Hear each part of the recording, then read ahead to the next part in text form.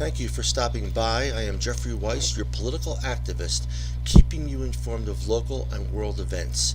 Today we discuss U.S. foreign policy, a world of missed opportunities. U.S. foreign policy is adamant about placing ever more sanctions against Iran and North Korea. In return, Iran funds Hezbollah and Hamas in carrying out Islamic attacks all over the Middle East, and North Korea continues to test ballistic missiles capable of carrying nuclear warheads and selling the technology to other rogue nations. We must differentiate between sanctions on an aggressor nation and sanctions against the people. Hassan Rouhani was re-elected president of Iran, which was a surprise because it was under his watch that nuclear arms deal was signed, with a promise by the U.S. to release Iranian funds that had been frozen and to give access to Iran to the SWIFT payment system, which allows all countries and entities to do business with Iran. Instead of upholding its end of the bargain, the U.S. reneged based on a missile test by Iran, which did not violate the agreement.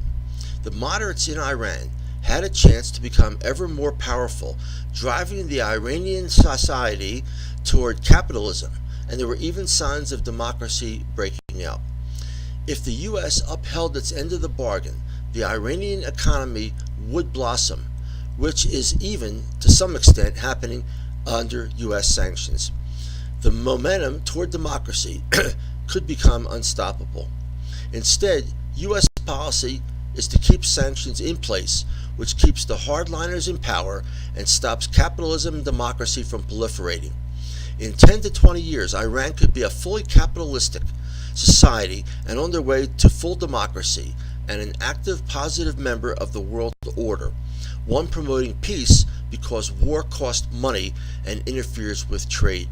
However, our foreign policy, driven by the agenda of the military, which seeks ever more confrontation, demanding ever more expensive weapon systems, more aggressive stance. The military sees an enemy behind every tree. There has never been a war they didn't like, using young men as fodder for their advancement. The military-industrial complex is a paranoid, self-serving institution that cares little for diplomacy and peaceful coexistence. Regarding North Korea, let's consider how long it took for the Soviet Union to fall after the people got the ability to coordinate their activities, to understand what was going on in the rest of the world. Not long, if you recall, the Soviet Union was heavily dependent on oil sales to buy grain to feed its people. When the price of oil began to fall in the 1980s, the country could not afford to import those goods and had to give ever more economic freedom to merchants and entrepreneurs to keep the country from starving. It only took a few years for the people to gain such power that they toppled the regime. I think the same thing could happen in North Korea, and maybe even faster if we push the process along. We should take every opportunity to help the people gain information and economic power.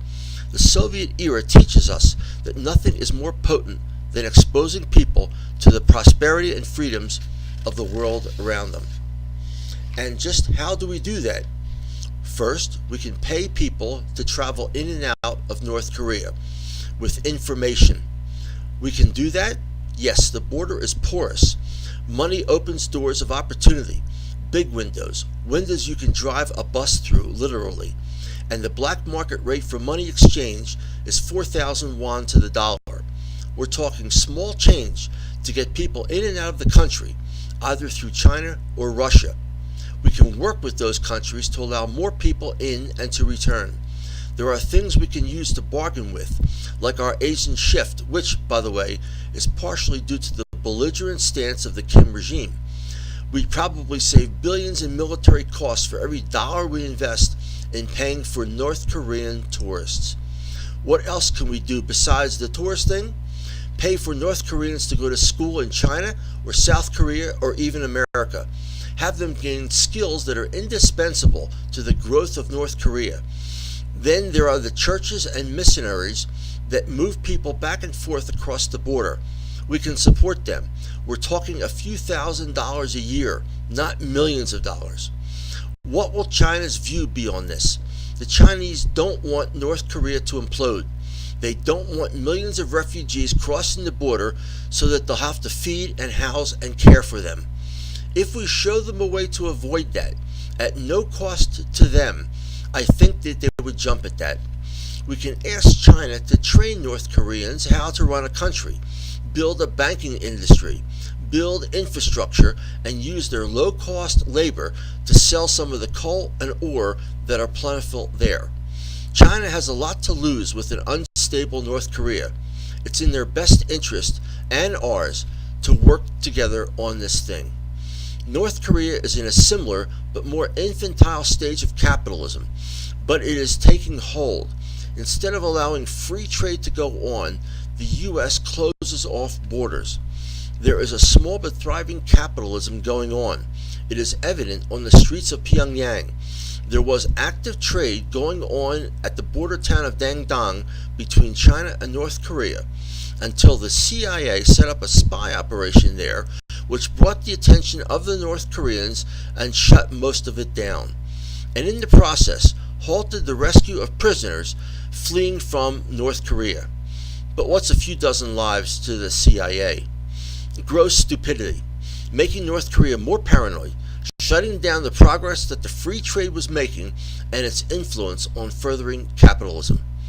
Always looking for an immediate answer that involves the use of force, either military or economic, in the form of sanctions, has been the U.S. policy for decades, while it is now China who now builds infrastructure in Africa, South America, and the Stand States, while the U.S. is hated and attacked by extremists and becomes a smaller player on the world stage and can no longer control the policies of other countries.